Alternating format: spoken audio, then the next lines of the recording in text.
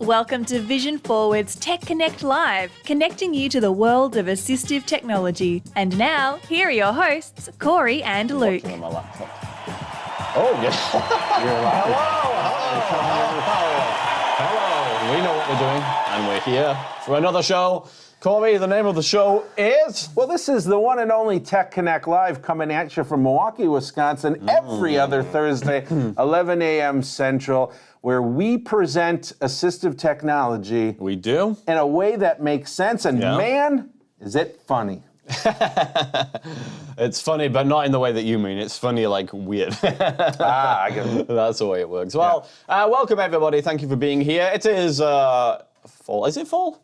It feels like fall. After is it September 21st? Isn't that the You don't fall? I always get them mixed up. Is it the fall equinox? That was yesterday.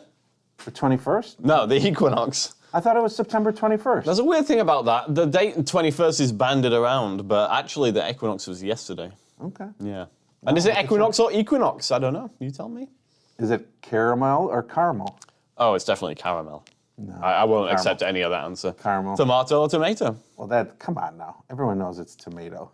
Everybody in America might know it's tomato. Well, that's all that matters. That's not... Wow. I'm just kidding. Okay. You heard it here first, people. I think it's time to cancel Corey. It's official. Yeah, I might have just tomatoed myself out of here. I hope everybody is doing well today. Anyway, we are coming back at you with another Tech Connect Live, and we have a very exciting topic. Because we always do, but this one is more exciting than most because I know a lot of people, Corey, are interested in wearables. Well, so much so that we're going back to back on wearables, right? Last 2 weeks ago, it was eSight Go, and this week we have another new wearable. Ooh, but before we get into it, Corey, do you have any jokes? You know what? I don't, unfortunately, except I was re-watching an old video of ours because we were cutting some stuff up for a presentation on Friday. If anyone's in the Milwaukee area and wants to go to Racine for the Vision Connections Conference, you can do so. Give us a call, 414-615-0100. Anyways. If anybody could understand that. Good. And as I was watching this very old video, I told a joke. It was not a very good joke. Okay. So you're going to tell us what it was? But I guess now, because you put me on the spot, I feel like maybe we've just got to the point where we're recycling jokes now? Is this? Yes. Okay, good. What did the dog say when he sat on the sandpaper? Actually, I'm asking it more because I'm curious if Actually, I'm not curious. I know what he said. I know how I bad know what your he memory said. is. Okay, what did the dog say when I he know what he sat said. on the sandpaper? I know. He said, "Ruff." Yes, exactly. Am I right? Yeah. And I actually didn't. Well, maybe I did subconsciously remember that, but Maybe. it just made logical sense. Yeah, well, I'm proud of you. Way to go. Thank you. If anybody's got better jokes, please let us know. I guarantee people have better jokes. That's not. Put them in the comments. Alicia says, hello, Luke and Corey. So notice I was listed first. Thank you. Well, hello, that's only well, I don't know. It wasn't alphabetical. It I was trying to in think. order of preference. Thank you, Alicia. Luke and Corey and your sidekick. Sadly, Jonathan got related to sidekick. Now I don't feel as bad now. There's a clear hierarchy here. Producer Looking forward to Jonathan today's is episode. here with us. Jonathan, would you care to say hello? Hello. There you go. Exactly as requested. All right, that's enough talking from us, I think. Let's get on to somebody who knows what they are talking about. Let's get to the person why people are actually have joined us today. We would like to introduce Elizabeth Evans. Elizabeth is out there in Arizona, and she is the CEO of Maggie IVR. Hello, Elizabeth. Hi, thank you for having me. Well, thank you for coming on. Very much appreciated. What's the time there? Is it the same time zone here, Central Time? I forget. No, it's 9 o'clock, 9:06 in the morning. Oh, so you're on Pacific Time. Holy cow. Yes. All right, well, this is an early one for you then. Or at least it would be an early one if it was for me. 9 o'clock, you're acting like Just rolled out of bed. Yeah, exactly. Well, thank you for coming on. We are excited to hear about the Maggie IVR. We have some people in the chat here. Carrie says, hello. That would be for Carrie from Carry On Accessibility. So Hello, thank you Carrie. for joining us, Carrie. Yeah. I'm not sure, have you ever talked to Carrie Morales, Elizabeth? I don't believe so, but hello, Carrie. Thanks for joining us. Carrie also has a YouTube channel, Carry On Accessibility, so maybe you two could It hook may up at or some may point. not be a bigger YouTube channel than ours, but we won't. I mean, We don't. It's not about size. it's not. It's about very true. quality. That is very true. Oh, okay. Wait, did you just say Carrie doesn't have a good quality? As I said YouTube that, I channel? realized what I said. Carrie, I did not say that. I think your channel is top notch. No, what I was trying to say is she has a bigger channel and she's better. She's had a quality. You know what? Elizabeth is about to well, I'm going to bounce off of this. Yeah, let's go talk to interview Gary and we'll instead. go. Alicia comes back with, thank you, Alicia, with a joke. What did the cowboy say to the pencil? What did the cowboy say to the pencil? What did the cowboy say to anything? I don't have an answer. I don't know. Write 'em, cowboy. What do you reckon? That's pretty good. I like it. Anyway, while we're waiting for the answer from Alicia, Elizabeth, I would be very interested to hear a little bit about your background and how you got into the low vision wearable game. Well, I am a licensed optician. I've been in the industry of low vision for about 20 years. I also have another company that I do distribution for here in Arizona. And so I carry all the major manufacturers of low vision products and all the major wearables out there. Having done this for many, many years, I saw the need for different wearable out there in the market. Most of them or all of them are Android based. And some of them got a little too complicated. Some are a little too cumbersome. And just, I was looking for a different answer for my population that I had been working with. So I decided to work and design something a little bit different out there that was for the people that I see in my clientele. So that's where I came up with Maggie IVR. I think that's fantastic because the usual story is that some group of developers or I don't know, some group of people in California, in Silicon Valley, think to themselves, we could make something cool, but they don't really have insight into the market per se. And yeah, they do their research and so on and so forth. But I mean, this is a little bit of a different story because you're coming with 20 years experience, not only as an optometrist, so the actual medical side of things, but also as a distributor of these devices as well. So that's a really good perspective that you bring to the table when you were designing this. How long was the process from beginning to end for kind of coming up with the form factor and then actually making the device? About 1 year. And I'm not an optometrist, I'm an optician. So I'll correct you on that one. No, it's okay. But it was about 1 year from beginning to end of the design.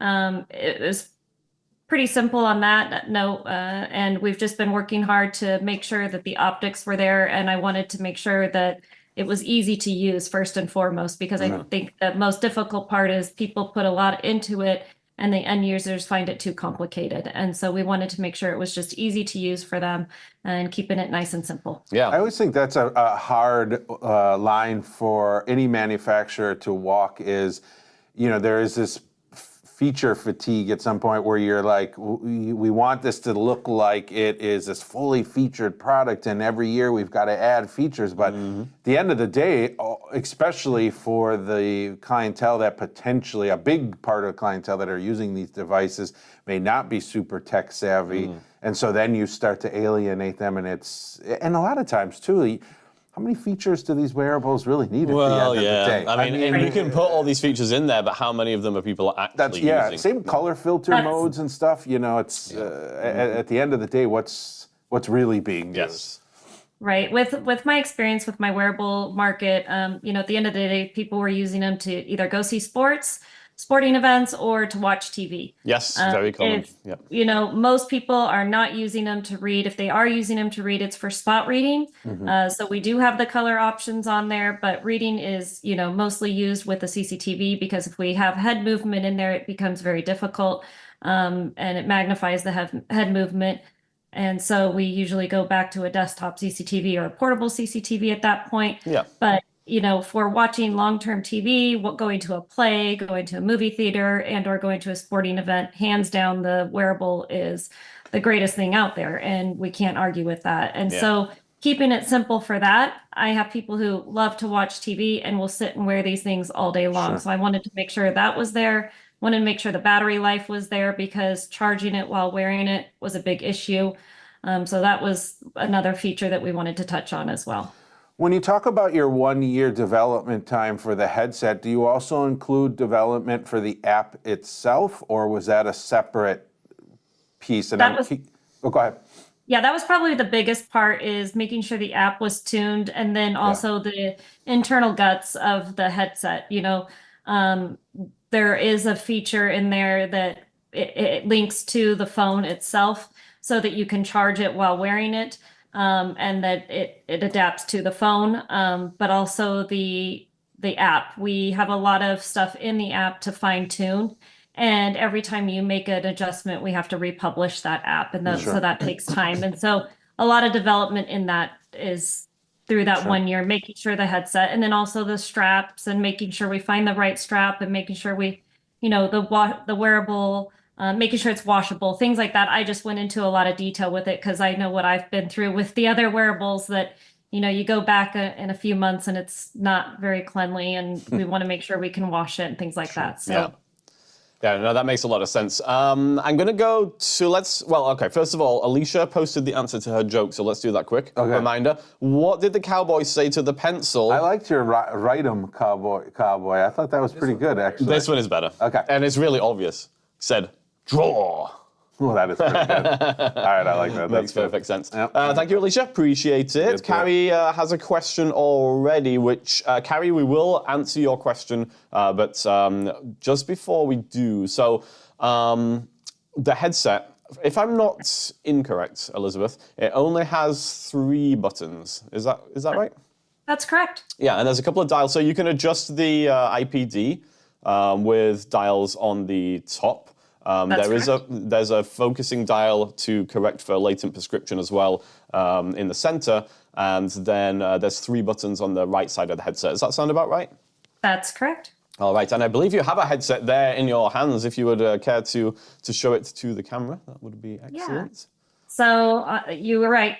On the right-hand side here, let me find the way I move the camera here. So on the right-hand side, you do have the 3 buttons. So the top button is going to be your zoom in, the middle button is zoom out, and the bottom button is your mode button. Yes. And then, like you stated, on the top here is your IPD. You do have 2 focus wheels on the sides here for individual eye focus. So you can individually focus each eye as well. Okay. So, and then at the top, we do have a focus lock. So we can put the phone to sleep mode, or we can get Siri up.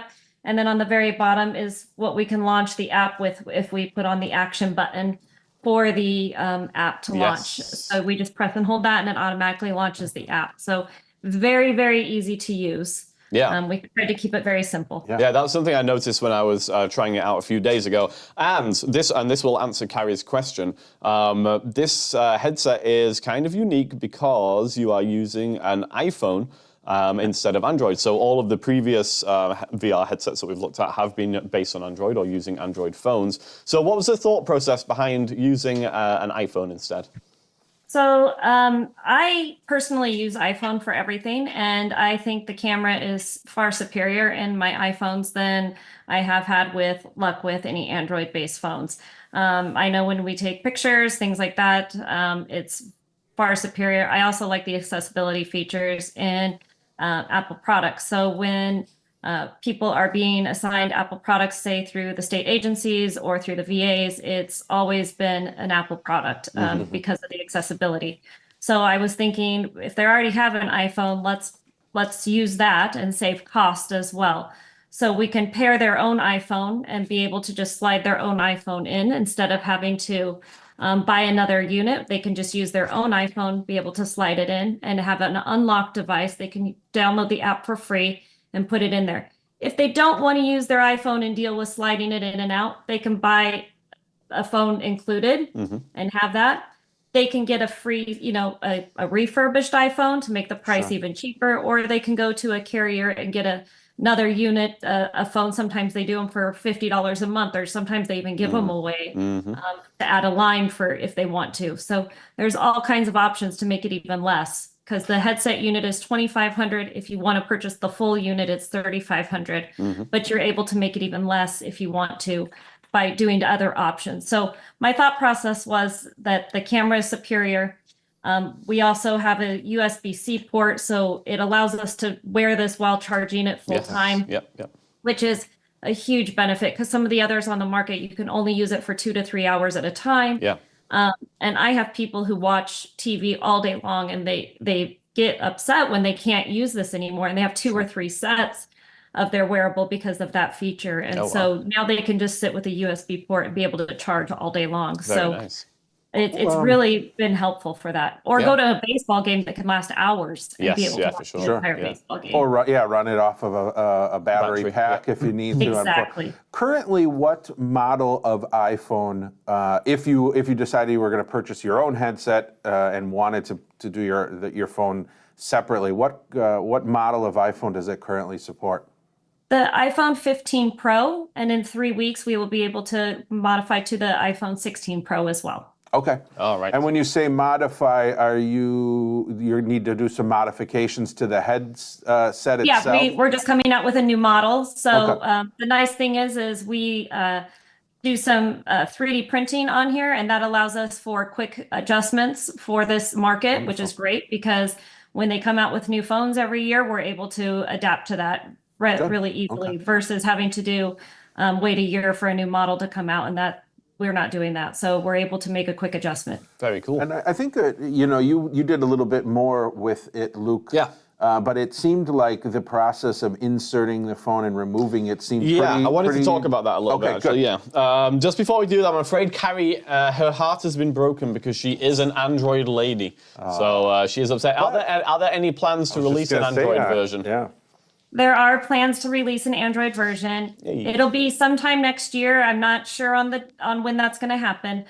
We are planning to release an Android version, but again, it'll be sometime next year. That'll be. I got to imagine, Elizabeth, and correct me if I'm wrong, but going the Android route has got to be difficult because you're really only going to be able to support one or specific phones. You don't want to have a whole bunch of SKUs of all these different headsets that work with all these different Androids. So I assume you kind of got to pick what is it? I'm going to go Galaxy S or whatever. I got to assume that's going to be a little difficult to decide what to do. It is, and it's difficult to decide what phone. I've already played. That's why the delay on the Android route. I'm playing with different phones, and I'm going to be honest with you, the quality, I'm very picky based on what I know in the industry. And so it's a quality issue for me of what phone matches the quality of what I currently have. So until I can get that quality to what I currently have, the delay is on me. till we come out with what I find the best fit. Well, it's good that you're taking your time to pick the thing that you think is going to be best. Carrie, what in the chat? What phone do you think Elizabeth should use? How about one of the Pixels? Those got good cameras. Yeah, I would. Well, whatever. Yeah, I would say the Pixel or the Samsung are probably your two, but who knows? Yep. All right, So we're playing with. Oh, cool. So I wanted to talk about my experiences with the headset, or my thoughts about the headset, because when I got the headset, I was quite impressed by some of the features. So first of all, in terms of the actual feel of the quality, and I mean this is subjective, but it does feel like a well put together headset. Yeah. And I liked the head straps, which were a lot more substantial than some head straps that I've seen on some other headsets recently. So that side of things I liked a lot. I liked the 3 dials for the IPD and the focusing. That was very similar to the Vision Live 2 headset, and so I liked that quite a bit. And then and I assume the front part is the 3D printed part. Is that correct? Parts of that, yes. Yeah, okay. And so, the simplicity of the buttons, very nice. The USB-C charging port on the side, very nice little feature. I actually didn't realize what these bits on the top and the bottom were for. So the button on the top and the bottom that you had explained there was for Siri or to put the phone to sleep on the top, and then at the bottom to launch the app if you've got it set up to the action button. But one of the things I really, really liked was just how secure the phone was when you slid it into the front there. And it's really easy to slide it in. You can literally just push it in. Now, you had told us that we should have a screen protector so that the screen doesn't get scratched. And guess what? And Corey's phone does not have a screen protector. We did not follow directions because that's what we do best. That's what we do best. So I risked my 15 Pro. Yes, you did. But luckily it survived the process. I would highly recommend getting a screen protector. And I assume, Elizabeth, that's why you recommend a screen protector, is just sliding it in and out like that just to make sure we don't scratch. Right, and we include it in every package that we sell. We include the screen protector, the cord, and the charging block in every unit that we sell for that reason, because we don't want that to damage any phones. But yeah, I mean, I'm thinking back to like the original Vision Live 1, where you could take the phone out, but then you had to try and reseat it onto the connector. I did not like that original, that little thing that swung out. It was difficult to, people would lose that part as well because it could literally come off. Yeah, but it was difficult to align the phone onto the USB connector. And then with their new one, the phone just kind of like sits in there. It's not connected to anything. And that doesn't feel super great. With this, you slide the phone in and it just seats really nicely. It's guided exactly to where it needs to be. Yep. And then this little, so there is a clasp, and it's kind of hard to show these things on camera, but there is a clasp here that basically grabs the end of the phone to make sure it doesn't slide anywhere. And honestly, when I saw that, I was like, oh, that's genius. It's simple, but it works so well. So yeah, kudos for the headset design. I liked it a lot. So why don't you tell us a little bit about what this device is going to do for people? Like, what kind of modes do we have? What's the idea? So we have different modes in here as far as the color buttons to cycle through. There's also a TV watch color mode. What I've done there is I've predefined the exposure and the brightness button to dim it. So when you're watching television, that it's not just washed out. Sometimes when we go to a screen or to any type of TV mode, it tends to wash and brighten everything out, and you need to really tone that brightness down. Mm-hmm. I've preset those determinations in there to what I feel is best, using very different candidates in there to test models in there to see what it works best. And we've preset that. Doesn't mean that it needs to be for everybody, but it's kind of a predetermined TV color mode. You can always choose your own by selecting the next one, which is brightness, or in color enhancement if you choose to, and change your own models. I will say that when we go through any of the higher, it goes up to 20 times magnification. Oh, wow. And it does 100 degrees field of view. I do know when we go up to the higher mag, we do not get the pixelization or the graininess that we've seen in the prior models of Androids or even the Google Pixel phone that's out there.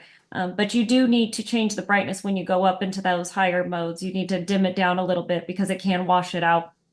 So you do need to go into the brightness and change that down because it can get bright. And so we end up going down into brightness and changing that down. Okay. But it's been very easy, and I didn't go into much more in with it. I think in the next couple months, we'll probably put in some voice commands in there, and that will be probably about it. And that's just in case you have a right side deficit where you're not able to touch the buttons. Yeah. But I'm still going to keep it hands-free because I think that's what a wearable needs to be.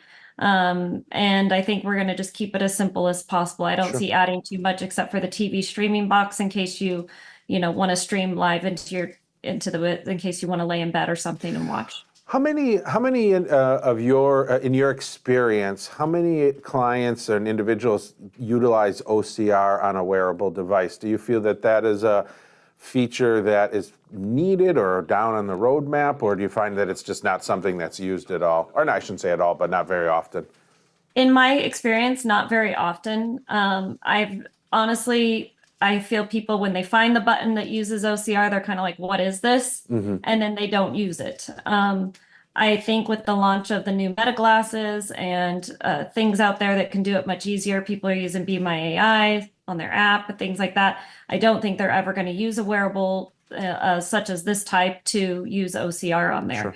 I think that it was a nice feature when people brought it out and thought, oh, okay, maybe it's a bell and whistle to kind of a selling point, but it's never really used ever in my class. And it's one of those features that, in my opinion, can leave a pretty negative taste in your mouth, because if you don't do OCR correctly, so if your OCR engine isn't great, or you also have people holding it wrong or bad, whatever they're trying to read, it can just be it can be a quick negative experience when it's like, this is not anything that There's nothing worse than OCRing a document and just getting gobbledygook back again.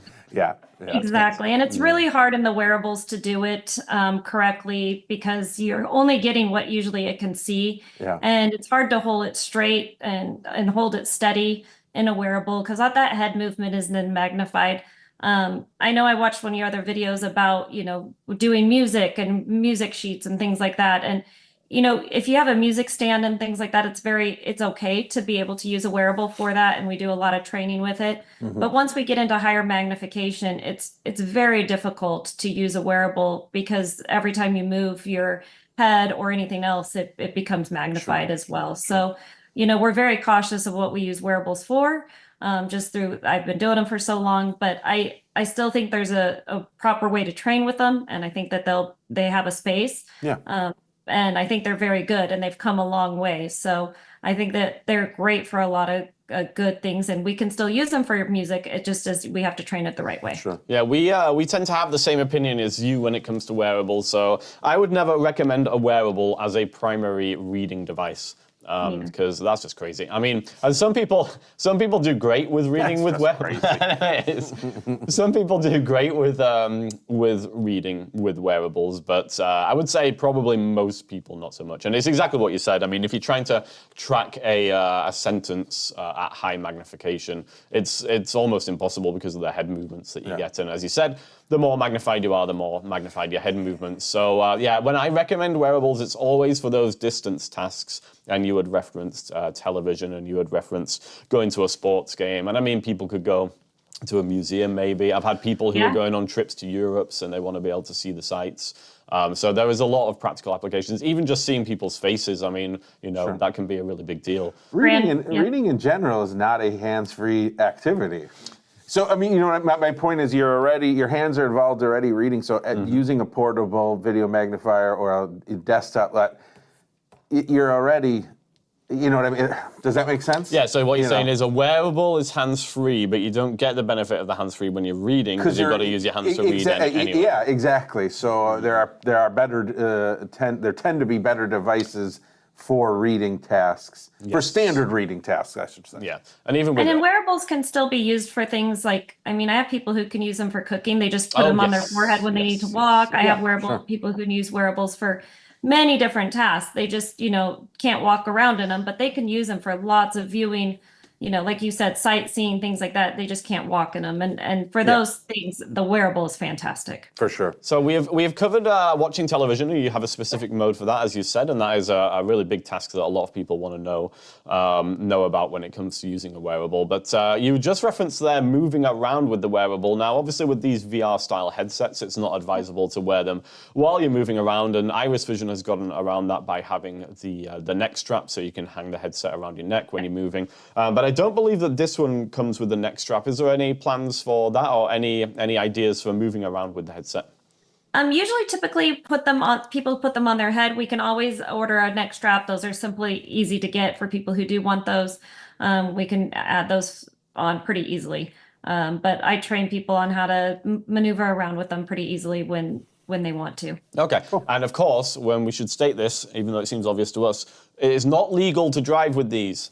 Thank you. Correct. That is my public service announcement. Not only is it not legal, but please don't do it. Please. As somebody who is blind and uses a white cane and travels independently outside, there's enough bad drivers. I really don't need you out there in a wearable trying to drive, please. Yeah. Smartphones in your hand is enough of a distraction. Yes. You don't need one attached to your face. I appreciate it. Thank you. That is my PSA for the day. So I found the device very simple to operate. Let's just talk about how that works, Elizabeth. So with the 3 buttons, you have a dedicated mode button. And so pressing the mode button will switch you in between the different available options. So let's say that we go to the color mode, and then the plus and minus buttons would switch through the different colors. Is that right? That's correct. Then you select the plus or minus to be able to switch through them. And then once you've selected it, say you've selected blue on yellow, then you just leave it alone and it will go there. If you've played with any of the options a little too much, you can press and hold that mode button for 5 seconds and it will escape it back to the normal default, back to the beginning, which is great because sometimes we have sometimes we play around a little too much and we go, oh no, I've played with the brightness and the exposure a little too much and now I need a little get out of jail free card. So I press and hold that mode button for 5 seconds and it will stop that. There's also a nice feature where if you're in the zooming, you don't have to just keep clicking all the way up to 20x. You can press and hold it and it will do continuous zoom. Oh, nice. And you can press and hold the minus button, it will continue to zoom out. So that's a really nice feature. I fully admit that I got myself into trouble messing about with the settings and did have to do an image reset when I was playing around with this. So that's nice to have as well. I really appreciate, to be honest, I like the layout of using your mode button to go through kind of the main categories and then your plus and minus to change, because there have been wearables and other devices where each time you press the mode button, it's grayscale. Then the next one is color, then television, then black and white, then white. And it's like, oh my gosh, it's too many presses. So I like kind of that system of mode button is just your main menus, and then plus and minus will change within each of those if you want to make a change. Otherwise, hit the mode button, just go on to the next category. It's actually kind of like how the new eSight Go is working as well, thinking about it. You've got the mode button, and then you've got the plus and the minus button. A little bit. I think it's from a usability perspective, I think that's a very nice way to do things for sure. I will say we just got a comment from Martha, which isn't a question, but it is a very nice comment. Oh. Martha says, "You guys are great. Love your videos." Oh, thanks. Thank you, Martha. Appreciate it. That's actually. Is Martha related to you? No, I was just gonna say it's producer Jonathan. Okay. Jonathan's alter ego. We've had him making up YouTube, Google accounts of different people. So My grandma says Martha. Jonathan says his grandma's name is Martha. Martha, are you Jonathan's grandma? If so, we still appreciate that. I sincerely hope so.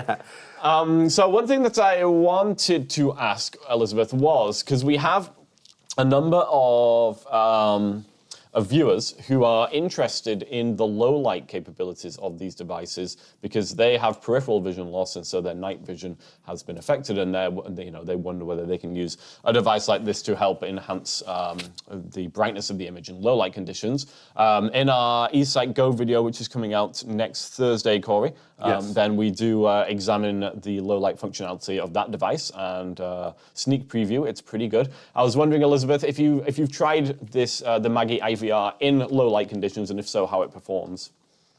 In low light conditions, it's done pretty well because it uses the cameras of the iPhone. So the cameras of the iPhone tend to brighten everything up, and you can change the brightness and the exposure as well. But the camera of the iPhone does really well in low light conditions because of its own natural abilities. It has the 48 megapixel camera and it does fantastic in low light conditions anyway. And so it's done pretty well in the dark areas. That's good to hear. Yeah. And I always thought the original Iris Vision was good in that area as well. And there's definitely people who are interested in that side of things. So I'm glad to hear that. One thing we noticed, Elizabeth, and I'm just curious about if it was our issue or just we think maybe we have an idea why, but when we got the device and got it going, we noticed at 1x magnification, it wasn't a great picture quality, right? It was a little blown out, but as soon as we went to 2 times magnification and more, it was great. It was super clear, and the image got way better. I'm just curious. Is it related to the high? I'm actually thinking about this now, Corey. Okay. And this actually might be me. So here's the problem, and I'm only just thinking about this now. I wasn't able to. You could probably just end now. I'm not surprised. I wasn't able to fit my glasses underneath here. Okay. Yeah, they was a little too tight, so I had to take my glasses off. And I'm thinking back to the eSight video that we did recently, where I had the same issue with that, and then it turned out it's just because I didn't have my glasses on. So I'm thinking that's probably the same issue. Okay. Well, never mind that. I was thinking it might be related. I remember back in the day when desktops went HD, they were not great at real low magnification. Once you started going up, Actually, it was when they were standard definition. That's when they were really bad at those. Really? I thought it was I thought it was the other way around. I always thought that whatever, it doesn't matter. Okay. Anyways, ignore this whole last segment. In the version that will get posted to YouTube, we'll edit this all out. Don't make promises. That's more work for Jonathan. Well, Martha's grandson will take care of it. So, Elizabeth, for people who are interested in the Maggie VR, few things. Number one, you have a website, which is a very nice website. And can you just tell us what the URL for that is? It's Maggie.vision. Okay, so nice and easy to remember, and Jonathan can put that into the comments. And I did notice, though, that on the website, there doesn't seem to be the option to buy. There is a contact form, but there doesn't seem to be a buy button or a cart or anything. So what's the situation if somebody wants to buy the Maggie IVR? They can reach me directly at the contact information, or we do have some distributors throughout the country as well, and I'll put them with their local distributor. Also, we have if they're a veteran, we like to support them through going through their local VA first and foremost. And so we always want to make sure that if they're a veteran, we find that out first, because we want to make sure they're using their services as well. All right. Cool. And you are located in Arizona. And so if people are in the area, then I assume that they could come to you and get a demonstration as well? Absolutely. Okay. We do currently have a device on loan here at Vision Forward, and so we will be producing a video. It'll probably be coming out in 3 weeks, right? Yes, that sounds good. 3 weeks. It'll be coming out. And then hopefully we'll have one here permanently, so if anybody's in the Wisconsin area, can always come in for a free wearable demo and check out the Maggie and all the other wearables we have. Yes, we do like doing the wearable demos here for sure. And yes, I mean, I think it's intriguing to have a device that's using an iPhone for a change. And the $3,500 package seems like a pretty good deal to me, Corey, because with the Iris Vision there, you're looking around the same price, but you get an Android phone. And with the Maggie IVR, you will be getting an iPhone 16 Pro in the next few weeks. So that's a pretty expensive phone. So that seems like a pretty good deal. And we were discussing before, Elizabeth, before the show, you can easily take the phone out of the headset and use it as a phone as well. And so if you buy the complete package at $3,500 that comes with the phone, then you could easily remove that phone, use it as your regular phone. You've got the screen protector on there, so when you put it into the headset, then you're not going to damage the screen or anything like that. You would be responsible for getting your own service. Elizabeth is not going to bankroll your phone service, sadly. but yeah, other than that, I mean, it's a pretty enticing prospect, I think. So if you are in the market for a wearable, and if you've tried previous VR headsets and you know that they kind of work for you, then I think this one will work for you as well. But ideally, get a demo if you can, and I think it's a decent value proposition if it does work well for you, for sure. So Elizabeth, you said not necessarily any plans for further features in the future, just because you want to keep things as simple as possible. Yeah, I think it's a good idea to keep things simple. And I really looked at all the other features of all the other wearables that I have carried and do carry, and I don't see a need to necessarily throw all the tools in the toolbox that aren't being used. Sure. I just think keeping it simple is easy. And, I like keeping the weight down as well, so I don't want to add any other heavy, bulky things to that. But as far as the software stuff, I think it does well with what's on there. Yeah. One thing we didn't mention just during our testing, the reaction time was very snappy from hitting the buttons. And the action. It was great. There was no lag at all there. Nope. It seemed, That's the power of the iPhone. Well, at first I was kind of wondering, like, okay, here you've got your separate iPhone, putting it into a device. Is it potentially going to, start to have any kind of delays and stuff? But it was super snappy. It was very great. snappy. Yeah. What's the battery life? The battery life is a continuous use. You're going to be, without having to recharge it and you're running the app the whole time, you're going to be about 4 hours. If you're running with a plugged in, I can do the lock screen and continue to run it all day. I've gone through an entire convention of 8 hours, 9 hours, and never had to recharge the phone. Nice. And so that's just on and off all day. I did about 250 demos that day and never had to recharge the phone. So that's great. Pretty remarkable. Yeah, that's really cool. Are you going to be at CSUN then next year, Elizabeth? Yes, I'll be at CSUN. I'm going to a bunch of shows this fall, so we'll be around with the Maggie quite a bit.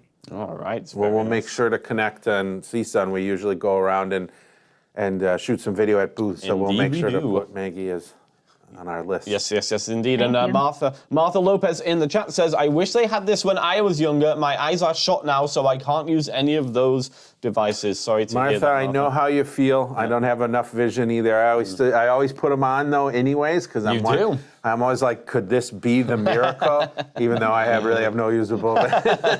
No, I know what you mean, Martha, but, luckily, there is a lot of other great AT out there to help us. So. And you can watch our channel to find out all about it. You know what? You're right. Mm-hmm. We don't do just low vision. Nope. We do blind. We do everything. Sure. We do a bit of everything, yes. And yeah, these types of devices generally work best for people with central vision loss. Would you agree with that, Elizabeth? I thought you were going to say that works best for people with low vision. I was like, yeah, exactly. That's what we just said. But anyways. With central vision loss, but I've had a lot of others try it. I've had people who had various degrees of vision loss, and they thought that would never, work for them, and they put it on and they're like, oh my gosh, I can see. Mm-hmm. So it really, I'm surprised at the field of people who it's been working for. So I really never rule anybody out. If you have low vision of any type, I recommend somebody try it because you just never know. It has such a wide field of view that it's been doing very well for a lot of different people. Sure. Yeah, we would agree with that as well. Like, even though there are kind of guidelines that people might have as to who a wearable is going to be suitable for, the only way to really know is to try it for yourself. So, So yeah, go ahead and do that. Elizabeth, do you have contact information if people would like to email you and ask questions or try and get a demo or whatever it might be? Absolutely. You can always email me directly at Evans, so EEVANS, at Maggie.vision. That's MAGGIE.vision, VISION. Okay, or so you can go to our website Jonathan in the chat. Thank you. Yeah, sorry. And what was that last part, Elizabeth? Or you can go directly to our website, Maggie.vision, and reach us there. Yes, and there is a contact form on the website there for the purposes of reaching you. So, I think we have probably covered everything. Please, two things real quick, a couple things real quick. First of all, don't forget we will be doing a full produced video on Maggie IVR, and you'll see that in about 3 weeks. So make sure you come and check out that video. Check out some of our other content as well. For those that need ACVR EP credits, don't forget that we do offer free on-demand ACVR EP credits over on our learning platform, and that's techconnect.vision-forward.org, techconnect.vision-forward.org. Not only will you see webinars where you can get those free on-demand ACVR EP credits, but you'll also see Tech Connect Live 2024, and you'll see all the weeks listed there with the video embedded, so you can actually go and just watch these archived and not have to go mess around with YouTube if you choose not to. All right. Just before we finish, I just thought of one more thing. Oh, wonderful. Yeah. What comes in the box? We get the headset, you get the phone if you've got the phone version, and you get the case. Correct. Anything else? You do. You get a charging block. Nice. You also get a cord. You get a cleaning cloth as well. Nice. And you get the... You get a manual. Oh, excellent. You get a quick start guide. Yay. And I think that's it. The cord, the case, the Maggie. Oh, and you get the screen protector as well to put on the phone. So. Okay, Wonderful. excellent. Yes, a good selection of things. And for the first 5 people who buy them from our show here, Elizabeth will personally sign the headset for you. You heard it here first. Yep, and Jonathan's grandma Martha will include some cookies for you too. Okay, wow. All right, well, thank you so much for joining us, Elizabeth. This has Thank you for having been me. fun, and it's really nice to see another wearable on the market, and it's exciting to see one that has the path that that yours has taken here. So really excited to check this out more and make our produced video on it, and I hope that you do really great with this in the upcoming years. So for now, we will say goodbye until 2 weeks' time. 2 weeks time. When we will do something else. Joe will be here that's right, from Accessibyte Yes. on October 10th. So October 10th, Joe from Accessibyte will talk about some of the software that he provides, especially around keyboarding and education. It doesn't have to just be for young ones, though. There are many clients. And Corey, don't forget, education can be fun. Yes, That's what they Joe's can. all about. Yep, reading is fundamental. Wow. I know, like how you just pulled that out of nowhere. So for now, we look forward to seeing everybody in 2 weeks' time. Thank you again, Elizabeth. Really appreciate it. And bye for now. Bye for now. Bye. Thank you.